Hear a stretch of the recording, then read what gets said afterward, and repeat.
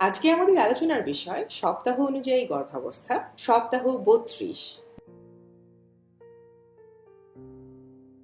গর্ভাবস্থার ৩২তম সপ্তাহে গর্ভের ভ্রূণের বাহ্যিক আকৃতি পুরোপুরি সুগঠিত থাকে, তবে তার শরীরে আরো চর্বির স্তর জমতে থাকে।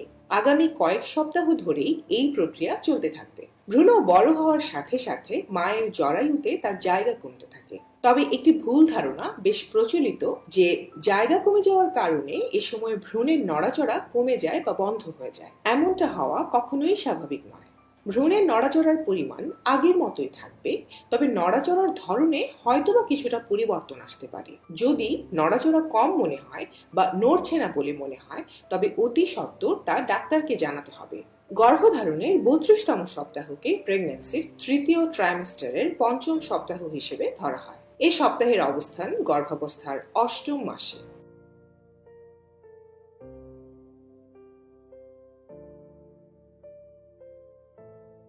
প্রেগন্যান্সির ৩২তম সপ্তাহ থেকে গর্ভের ভ্রূণের জরায়ুর বাইরে বেঁচে থাকার সম্ভাবনা অনেকটুকু বেড়ে যায়। তবে এ সময় শিশুটি জন্ম নিলে তার নিবিড় পরিচর্যার প্রয়োজন হবে, কারণ তার ফুসফুস এখনো পুরোপুরি সুগঠিত নয়। জন্মের কিছুদিন আগ পর্যন্ত ভ্রূণের ফুসফুসের গঠন চলতে থাকে।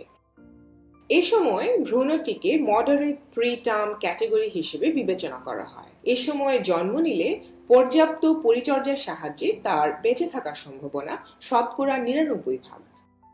মায়ের জরায়ুতে এ সময় ভ্রূণটি বাইরের পৃথিবীতে বেঁচে থাকার যাবতীয় দক্ষতা, যেমন শ্বাস নেয়া, চোষা, গেলা, হাত পা ছোঁড়া ইত্যাদি ঝালিয়ে নিতে থাকে।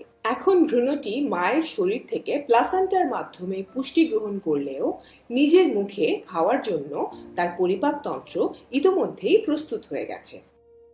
গর্ভাবস্থার ৩২ সপ্তাহের মধ্যেই প্রায় ৮৫% ভ্রূণ স্বাভাবিক প্রসবের জন্য উপযোগী অবস্থানে চলে আসে, অর্থাৎ ভ্রূণের মাথা নিচের দিকে এবং নিম্নাঙ্গ উপরের দিকে হয়ে থাকে। এই ভঙ্গিকে সেফালিক প্রেজেন্টেশন বলে। যদি এর মধ্যে শিশুর মাথা নিচের দিকে না নামে, তবে ঘাবড়ে যাওয়ার কোনো কারণ নেই। প্রায় ৯৭% শিশুর মাথা নিচের দিকে অবস্থান নিতে প্রায় ৩৭ সপ্তাহ পর্যন্ত সময় লাগতে পারে।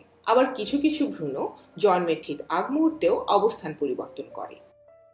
ভ্রূণের আকার ৩২তম সপ্তাহে একটি বড় বাঁধাকপির সাথে তুলনা করা যায়। এই সময় ভ্রূণের উচ্চতা থাকে প্রায় ১৬.৬৯ ইঞ্চি বা ৪২.৪ সেন্টিমিটার এবং এর ওজন হয় আনুমানিক ৩.৭৫ পাউন্ড বা ১৭০২ গ্রামের মতো। ৩২তম সপ্তাহের দিকে এসে ভ্রূণের অঙ্গ প্রত্যঙ্গের স্বাভাবিক বিকাশের মধ্যে বেশ কিছু পরিবর্তন আসে, যেমন ভ্রূণের হাতের নখের গঠন এর মধ্যে সম্পূর্ণ হয় এবং সেগুলো এখন হাতের আঙ্গুলের অগ্রভাগ পর্যন্ত বিস্তৃত। তার পায়ের নখগুলো হাতের নখের চাইতে অপেক্ষাকৃত ধীরে বাড়তে থাকে, তবে সেগুলো এই সময় দৃশ্যমান হয়। ভ্রূণের চোখ এই সময়ে কাছে থাকা বড়সড় কোনো জিনিসের উপর ফোকাস করতে পারে। জন্ম পর্যন্ত তার চোখের দৃষ্টিশক্তি এরকমই থাকে। গর্ভাবস্থার এই সময়ে মায়ের ওজন প্রতি সপ্তাহে প্রায় ০.৫ পাউন্ড করে বৃদ্ধি পেতে থাকে। এই ওজনের অর্ধেকই বৃদ্ধি পায় ভ্রূণের ওজনের বৃদ্ধির কারণে। পরবর্তী ৬-৭ সপ্তাহে ভ্রূণ তার জন্ম ওজনের প্রায় অর্ধেক ওজন লাভ করবে। গর্ভাবস্থার দ্বিতীয় ট্রাইমেস্টারের মাঝামাঝি সময় থেকেই ভ্রূণের শরীরে ব্রাউন ফ্যাট জমতে থাকে, যা জন্মের পর তার শরীর উষ্ণ রাখতে সাহায্য করে। ৩২ সপ্তাহের দিকে এসে তার শরীর এক ধরনের প্রোটিন ও এনজাইম তৈরি করতে শুরু করে, যা শরীরে তাপ উৎপন্ন করতে জরুরি।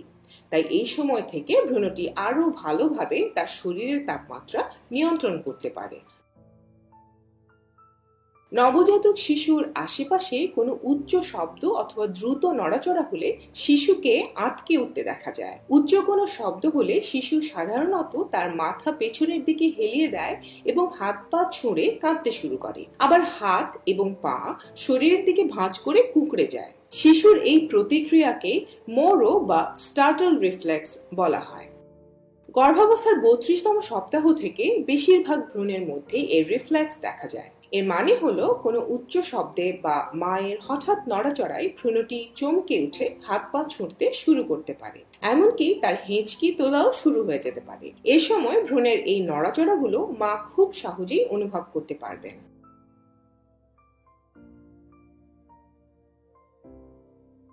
গর্ভাবস্থার ৩২তম সপ্তাহে ভ্রূণ মায়ের পেটের মাঝামাঝি অবস্থান করে। এটি যদি আপনার প্রথম সন্তান হয় তাহলে ডেলিভারির কয়েক সপ্তাহ আগে হয়তো আপনি লাইটেনিং বা হালকা লাগার ব্যাপারটা অনুভব করতে পারবেন। লাইটেনিং অর্থ হলো আপনার শিশু এখন পেটের নিম্নভাগে অর্থাৎ পেলভিক অঞ্চলে চলে এসেছে। তবে এটি যদি আপনার প্রথম সন্তান না হয় তাহলে প্রসব শুরু হওয়ার ঠিক আগ মুহূর্ত পর্যন্ত লাইটেনিং অনুভূত নাও হতে পারে। গর্ভাবস্থার দ্বিতীয় ট্রাইমেস্টারের শেষের দিকে এসে বেশিরভাগ মায়ের নাভি কিছুটা বাইরের দিকে বেরিয়ে আসতে পারে। ক্রমবর্ধমান জরায়ু মায়ের পেটে চাপ দেওয়ার কারণে পেটের চামড়া টান টান হয়ে এমনটি হয়। মনে রাখবেন, গর্ভকালীন অন্য সব স্বাভাবিক উপসর্গের মতোই এটি কোনো ক্ষতির কারণ নয় এবং সন্তান জন্মদানের কয়েক মাসের মধ্যে তা আবার স্বস্থানে ফিরে যায়। তবে হ্যাঁ, সন্তান জন্মের পর মায়ের নাভি স্থায়ীভাবে কিছুটা প্রশস্ত হয়ে যেতে পারে। গর্ভাবস্থায় বিভিন্ন হরমোনাল পরিবর্তনের কারণে শরীরে ব্লাড সার্কুলেশন বেড়ে যায়, যাতে মায়ের চুল ও নখের কোষগুলোতে স্বাভাবিক সময়ের চাইতে বেশি পুষ্টি পৌঁছায়। এর প্রভাবে এ সময় মায়ের নখগুলো শক্ত এবং চুল আগের চাইতে ঘন ও উজ্জ্বল হয়ে উঠতে পারে। তবে নখগুলো লম্বা হওয়ার সাথে সাথে শুষ্ক ও ভঙ্গুর হয়ে উঠতে পারে। বাচ্চার জন্মের পর যখন হরমোনের মাত্রা স্বাভাবিক হয়ে আসতে থাকে তখন থেকে এসব ব্যাপারগুলো তাদের স্বাভাবিক অবস্থায় ফিরে যায়।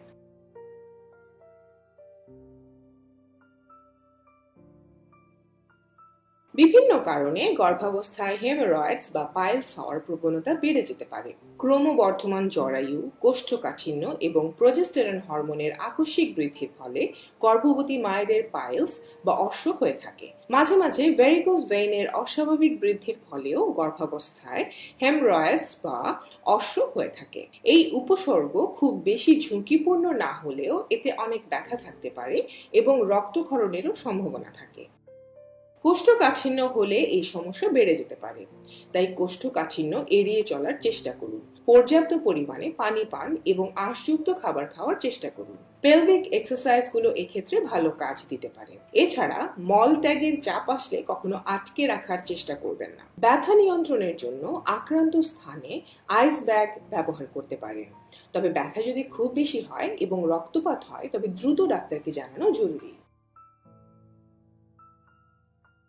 গর্ভবতী মায়েরা গর্ভাবস্থায় অনাগত শিশুর ভবিষ্যৎ চিন্তা ও প্রসব সংক্রান্ত ভীতি থেকেই নানা রকম স্বপ্ন দেখে থাকেন। বিশেষজ্ঞদের মতে একজন গর্ভবতী নারীর বিভিন্ন শারীরিক ও মানসিক পরিবর্তনের ফলে যে উদ্বেগ এবং ভয়ের জন্ম নেয় তার কারণেই এমনটা হতে পারে। এসব নিয়ে দুশ্চিন্তা নিয়ন্ত্রণে রাখার চেষ্টা করতে হবে। এ সময় পরিবারের সাথে একটু ঘনিষ্ঠ থাকার চেষ্টা করুন। গর্ভবতী স্ত্রীর প্রতি স্বামীর একটু অতিরিক্ত যত্ন, ভালোবাসা, দায়িত্ব এবং মনোযোগ এ সময় স্ত্রীর মানসিক চাপ কমাতে ভীষণ প্রয়োজনীয়। লেগ ক্র্যাম্প সাধারণত গর্ভাবস্থার দ্বিতীয় ট্রাইমেস্টারে শুরু হতে পারে এবং সময় বাড়ার সাথে সাথে মায়ের পেটের আকার যত বৃদ্ধি পায় এর তীব্রতা তত বাড়তে পারে। পায়ে খিল ধরা দিনের বেলাও হতে পারে, তবে সাধারণত রাতের দিকে বেশি হয়। গর্ভাবস্থায় জরায়ুর আকার বাড়ার কারণে এবং শরীরের ওজন বেড়ে যাওয়ার কারণে পায়ের রক্তনালীতে অতিরিক্ত চাপ পড়ে, ফলে রক্তনালীগুলো সংকুচিত হয়ে যায় এবং পা থেকে হৃৎপিণ্ডে রক্ত চলাচল স্বাভাবিকের চাইতে ধীরে হয়। এই কারণে পায়ে ক্র্যাম্প হতে পারে। বেশিক্ষণ দাঁড়িয়ে থাকলে বা পা ঝুলিয়ে বসে থাকলে শরীরের শিরার উপর চাপ পড়ে, যার ফলে ক্র্যাম্প হতে পারে। তাই বেশিক্ষণ দাঁড়িয়ে না থেকে কিছুক্ষণ পর পর বসে পড়ুন। বসার সময় পা কিছুর উপর তুলে রাখতে পারেন বা পায়ের গোড়ালি ঘুরিয়ে নিয়ে কিছুক্ষণ পায়ে ব্যায়াম করে নিতে পারেন। এসব ছাড়াও গর্ভকালীন সময়ে মায়েরা আরো অনেক ধরনের উপসর্গ অনুভব করতে পারে। গর্ভকালীন সব ধরনের উপসর্গ নিয়ে জানতে কমেন্ট বক্সে দেওয়া আর্টিকেলটি পড়ুন।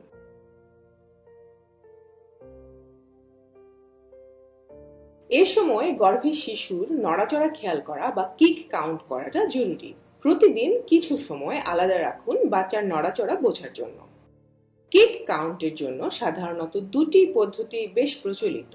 প্রথম পদ্ধতিতে পাশ ফিরে শুয়ে ভ্রূণের প্রত্যেকটি নড়াচড়া গুনতে বলা হয়। এভাবে 2 ঘন্টার মধ্যে অন্তত 10 বার বাচ্চার নড়াচড়া টের পেলে একে স্বাভাবিক ধরা হয়। যদি 2 ঘন্টার আগেই 10 বার মুভমেন্ট বুঝতে পারেন, তবে আর গোনার প্রয়োজন নেই। দ্বিতীয় পদ্ধতিতে পাশ ফিরে শুয়ে 1 ঘন্টার সময়ে ভ্রূণ কতবার নড়ছে তা গুনতে বলা হয়। এভাবে প্রতি সপ্তাহে অন্তত 3 বার গুনতে হবে। প্রতিবার ভ্রূণের নড়াচড়া আগের বারের সমান বা বেশি হলে সেটিকে স্বাভাবিক ধরা হয়। কোন পদ্ধতি আপনি অনুসরণ করবেন তা ডাক্তারের কাছ থেকে নিশ্চিত হয়ে নিন। কিক কাউন্টের সময় নিরিবিলি ও আরামদায়ক জায়গা বেছে নিন। প্রতিদিন একই সময়ে কিক কাউন্টের চেষ্টা করুন। ভ্রূণ সাধারণত মায়ের খাওয়া দাওয়ার পর বেশি নড়াচড়া করে, তাই খাওয়ার পরের সময়ে নড়াচড়া গোনার চেষ্টা করুন। স্রাব বা ভ্যাজাইনাল ডিসচার্জে কোনো অস্বাভাবিকতা আছে কিনা খেয়াল রাখুন।